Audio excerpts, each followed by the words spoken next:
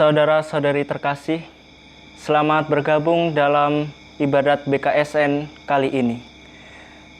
Pertemuan kali ini dengan tema orang berdosa namun dipercaya oleh Tuhan.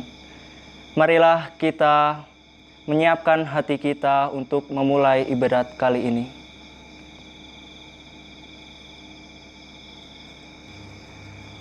Marilah kita menyiapkan lagu pembuka di Jenjang Maaf dari buku Manda Bakti nomor 367.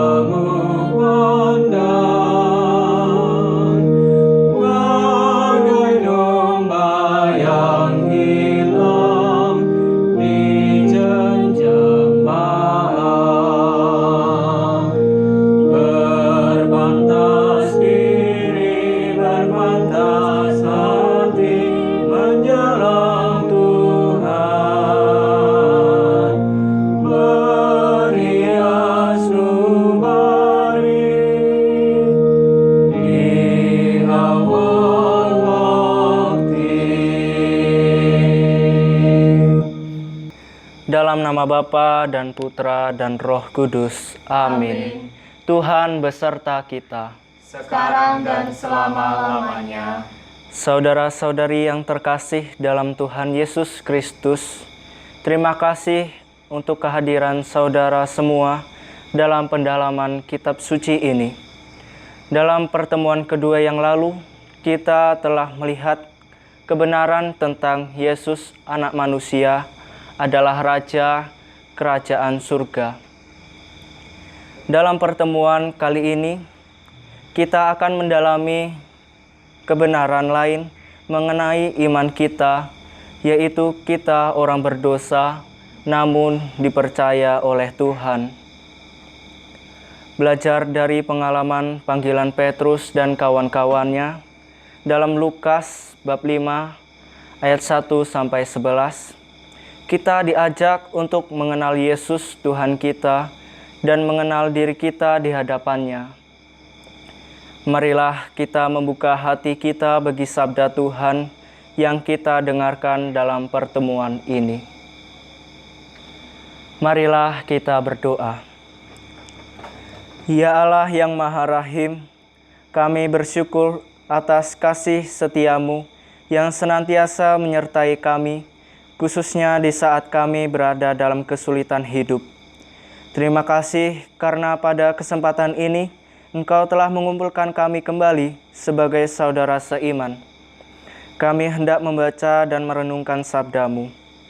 Terangi kami semua dengan kuasa Roh Kudus-Mu, agar kami dapat memahami kebenaran sabda-Mu, agar kami dapat mengatur hidup kami seturut kehendak-Mu.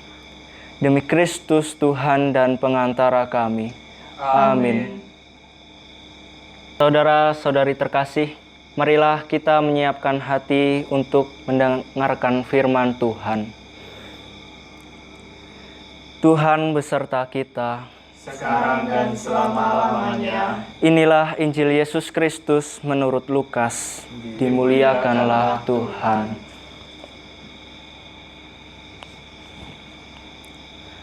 Pada suatu kali, Yesus berdiri di pantai Danau Genesaret. Sedang orang banyak mengerumuni Dia hendak mendengarkan firman Allah. Ia melihat dua perahu di tepi pantai. Nelayannya telah turun dan sedang membasuh jalannya. Ia naik ke dalam salah satu perahu itu, yaitu perahu Simon, dan menyuruh dia supaya menolakkan perahunya sedikit lebih jauh dari pantai. Lalu ia duduk dan mengajar orang banyak dari atas perahu. Setelah selesai berbicara, ia berkata kepada Simon, "Bertolaklah ke tempat yang dalam dan tebarkanlah jalamu untuk menangkap ikan." Simon menjawab, "Guru, telah sepanjang malam kami bekerja keras dan kami tidak menangkap apa-apa. Tetapi karena Engkau menyuruhnya, aku akan menebarkan jala juga." Dan setelah mereka melakukannya, mereka menangkap sejumlah besar ikan sehingga jala mereka mulai koyak. Lalu mereka memberi isyarat kepada teman-temannya di perahu yang lain supaya mereka datang membantunya. Dan mereka itu datang, lalu mereka bersama-sama mengisi kedua perahu itu dengan ikan hingga hampir tenggelam. Ketika Simon Petrus melihat hal itu, ia pun tersungkur di depan Yesus dan berkata, "Tuhan, pergilah daripadaku, karena aku ini orang berdosa." Sebab ia dan semua orang yang bersama-sama dengan dia takjub oleh karena banyaknya ikan yang mereka tangkap. Demikian juga Yakobus dan Yohanes, anak-anak Zebedeus, yang menjadi teman Simon. Kata Yesus kepada mereka, "Jangan takut, mulai dari sekarang engkau akan menjala manusia." Dan sesudah mereka menghela perahu-perahunya ke darat, mereka pun meninggalkan segala sesuatu, lalu mengikut Yesus. Demikianlah Injil Tuhan. Terpujilah Kristus. Bapak, Ibu, saudara-saudari terkasih, melalui bacaan tadi kita diajak untuk merenungkan 5 poin ini, di mana peristiwa itu terjadi. Yang kedua, setelah Yesus selesai mengajar, apa yang diperintahkan Yesus kepada Simon dan bagaimana reaksi Simon. Yang ketiga, apa yang terjadi ketika Simon menebarkan jala. Yang keempat, melihat kejadian itu, apa yang dilakukan Simon Petrus. Lalu yang terakhir, apa yang dikatakan Yesus kepada Simon ketika mendengar perkataan Simon. Saudara-saudari terkasih, Yesus mengajar orang banyak di pantai Danau Genesaret yang terletak di wilayah Galilea. Banyak orang mengerumuni Yesus hendak mendengarkan firman Allah yang hendak disampaikannya. Mereka berdesak-desakan untuk dapat mendekati Dia. Bila orang banyak itu terus mendesak Dia, tidak akan ada jarak antara Yesus dengan mereka, hingga Ia tidak akan dapat berbicara kepada mereka. Setelah selesai menyampaikan pengajaran kepada orang banyak itu, Yesus meminta Simon bertolak ke tempat yang dalam dan menebarkan jala di situ untuk menangkap ikan. Perintah ini terdengar aneh di telinga Simon. Ia adalah nelayan yang sudah terbiasa mencari ikan di Danau Galilea. Pada malam sebelumnya, Simon dan teman-temannya telah bekerja keras untuk mencari ikan, tetapi tidak menangkap apa-apa. Malam hari adalah waktu yang cocok untuk menangkap ikan, dan Simon adalah nelayan yang memahami situasi di danau itu. Sepanjang malam ia telah bekerja keras, tetapi tidak mendapatkan apa-apa. Rasanya tidak ada gunanya untuk menebarkan jala pada siang hari. Kalau kemudian ia bertolak untuk menebarkan jala, hal itu semata-mata dilakukannya hanya karena mengikuti perkataan Yesus. Bisa jadi Petrus tidak setuju dengan Yesus, tetapi ia melakukan apa yang dikatakannya. Simon dan teman-temannya menolakkan perahunya ke tengah danau, lalu mereka menebarkan jala di situ. Apa yang kemudian dialami oleh Simon benar-benar di luar dugaannya. Jala yang mereka tebarkan ternyata menangkap sejumlah besar ikan. Bahkan jala itu mulai koyak karena tidak dapat menahan banyaknya ikan. Karena itu, mereka memanggil teman-teman mereka yang ada di perahu lain untuk membantu menampung ikan yang mereka tangkap. Simon Petrus menyadari bahwa apa yang sedang dialaminya bukanlah peristiwa biasa. Dia dan teman-temannya takjub menyaksikan banyaknya ikan yang mereka tangkap. Padahal mereka menebarkan jala pada siang hari atas perintah seorang guru. Nah, saudara-saudari terkasih, Simon Petrus menyadari bahwa apa yang sedang dialaminya bukanlah peristiwa biasa. Dia dan teman-temannya takjub menyaksikan banyaknya ikan yang mereka tangkap. Padahal mereka menebarkan jala pada siang hari atas perintah seorang guru. Sesampainya di darat, ia mendekati Yesus dan sujud di depannya. Dan ia lalu berkata, "Tuhan, pergilah dari hadapanku, karena aku ini seorang berdosa." Ketika hendak bertolak untuk menebarkan jala, Simon memanggil Yesus dengan sebutan guru. Setelah peristiwa penangkapan ikan ini, Simon memanggilnya Tuhan. Kenyataan yang dialami Simon membuat dia sadar siapa pribadi yang sedang dihadapinya. Hal ini juga membuatnya sadar bahwa dirinya adalah orang berdosa, sehingga tidak layak ada di dekatnya. Mendengar perkataan Simon, Yesus berkata kepadanya, "Jangan takut, mulai sekarang engkau akan menjala manusia." Ia meminta Simon untuk tidak merasa takut. Benar bahwa Allah telah menyatakan diri dalam pribadi Yesus. Tetapi hal itu dilakukan bukan untuk membuat mereka hancur dan binasa. Bahkan Yesus memanggil mereka untuk menjadi penjala manusia. Menjala manusia merupakan kiasan untuk mencari atau membawa orang menjadi pengikut Yesus. Dalam praktiknya, hal ini nantinya baru akan mereka lakukan setelah Yesus naik ke surga. Mereka akan memberitakan karya penyelamatan yang dilakukan oleh Kristus kepada orang Yahudi dan bukan Yahudi. Mereka bahkan harus meninggalkan negeri mereka untuk melaksanakan tugas ini. Agar dapat menjalankan tugas ini, sekarang mereka harus mengikuti Yesus untuk menjalani kehidupan sebagai murid, sehingga dapat mengenal Dia dan memahami kehendak Dia.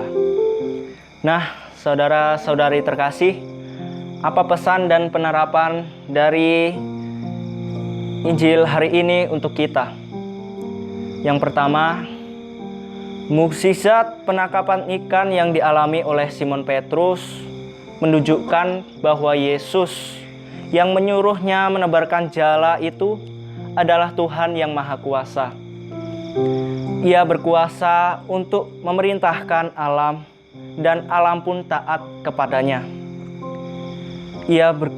Dan Dialah Tuhan yang kita percaya dan kita sembah. Walaupun demikian, Ia datang dalam kehidupan manusia di dunia ini untuk menyatakan diri kepada kita. Yang kedua, di hadapan Tuhan yang Maha Kuasa, Simon menyadari siapa dirinya. Ia sujud di depan Yesus lalu berkata, "Tuhan, pergilah dari hadapanku, karena aku ini orang berdosa." Di hadapan Tuhan, kita hanyalah manusia yang berdosa. Kita mempunyai kecenderungan kepada dosa, dan dengan kekuatan sendiri, kita tidak sanggup untuk mengalahkan dosa. Yang ketiga, walaupun demikian, Tuhan meminta Simon untuk mengikuti Dia dan menjadikan penjala manusia. Ia mempercayakan tugas kepada Simon untuk memberitakan karya keselamatan yang dikerjakannya untuk manusia. Hal yang sama berlaku untuk kita yang percaya kepada Tuhan. Sekalipun kita adalah orang yang berdosa, Tuhan telah memanggil kita untuk mengikutinya dan mempercayakan tugas untuk memberitakan kasih Allah yang mengendaki keselamatan manusia. Nah, saudara-saudari terkasih, saya akan berikan 2 pertanyaan permenungan untuk kita pribadi. Kapan dan bagaimana seorang pengikut Yesus dapat menyadari bahwa Allah itu Maha Kuasa dan bahwa di hadapan Allah Dia hanyalah manusia yang berdosa?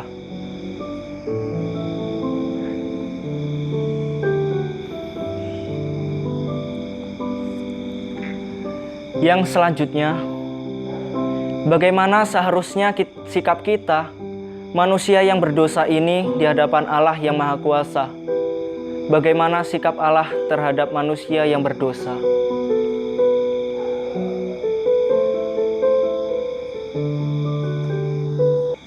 Bapak, Ibu, saudara-saudari terkasih, setelah mendengar sabda dan merenungkan, marilah kita menyiapkan hati untuk berdoa dari buku Mada Bakti nomor 20D.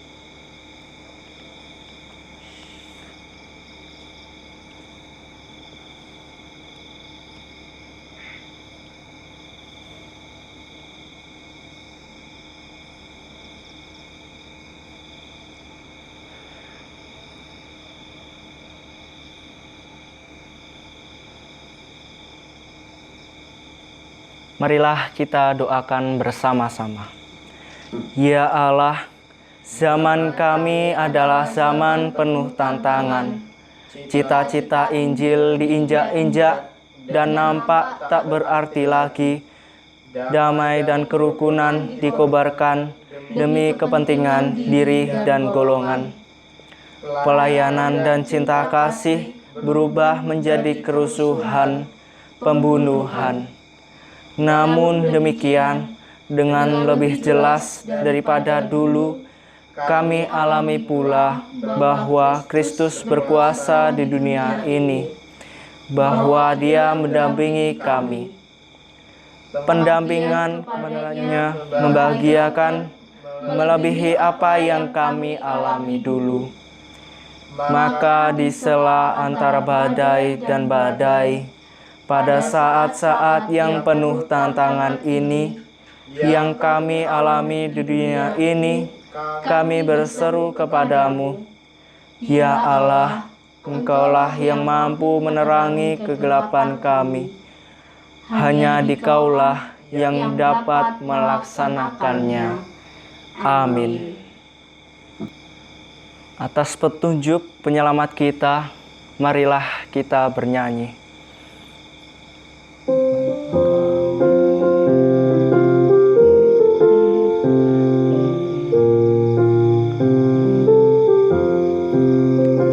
Bapa kami di dalam surga, dimuliakanlah nama-Mu, datanglah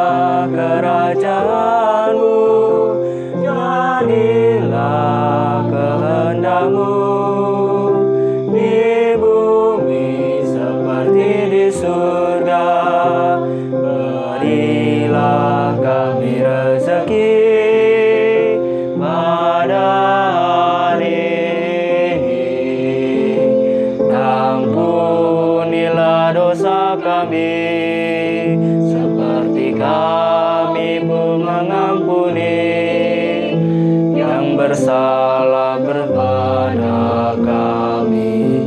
Jangan masukkan kami dalam cobaan, tapi bebaskan kami dari yang jahat. Sebab Tuhanlah Raja yang mulia dan berkuasa untuk selama-lamanya.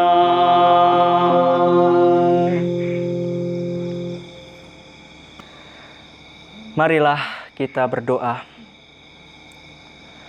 Ya Allah yang Maha Cinta, kami bersyukur atas sabda-Mu yang menginspirasi kami. Bantulah kami selalu dengan kuasa Roh Kudus-Mu, agar kami dapat mengenali diri kami di hadapan-Mu dan berani mempersembahkan hidup kami untuk kerajaan-Mu. Ingatkanlah kami bahwa dalam keberdosaan kami, sekalipun Engkau tetap merangkul kami dan mempercaya kami untuk melakukan kehendak-Mu. Demi Kristus pengantara kami. Amin. Bapak, Ibu, Saudara-saudari terkasih, terima kasih atas kebersamaan kita dalam pertemuan ketiga kali ini. Bapak, Ibu, Saudara-saudari terkasih, marilah kita menyiapkan hati untuk mohon berkat dari Tuhan. Tuhan beserta kita sekarang dan selama-lamanya. Semoga Tuhan menyertai kita dalam nama Bapa dan Putra dan Roh Kudus. Amin. Marilah kita tutup ibadat kali ini dengan lagu penutup Gereja Bagai Bahtera dari buku Mada Bakti nomor 518.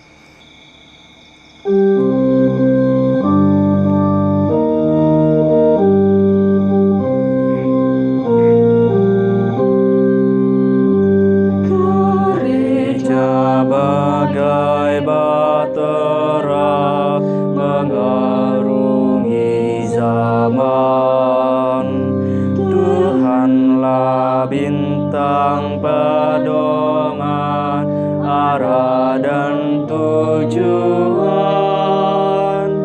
Hidupnya agak tantangan, penuh perjuangan.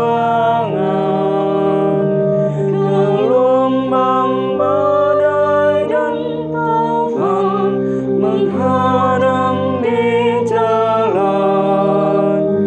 Mungkinkah bahtera tahan sampai ke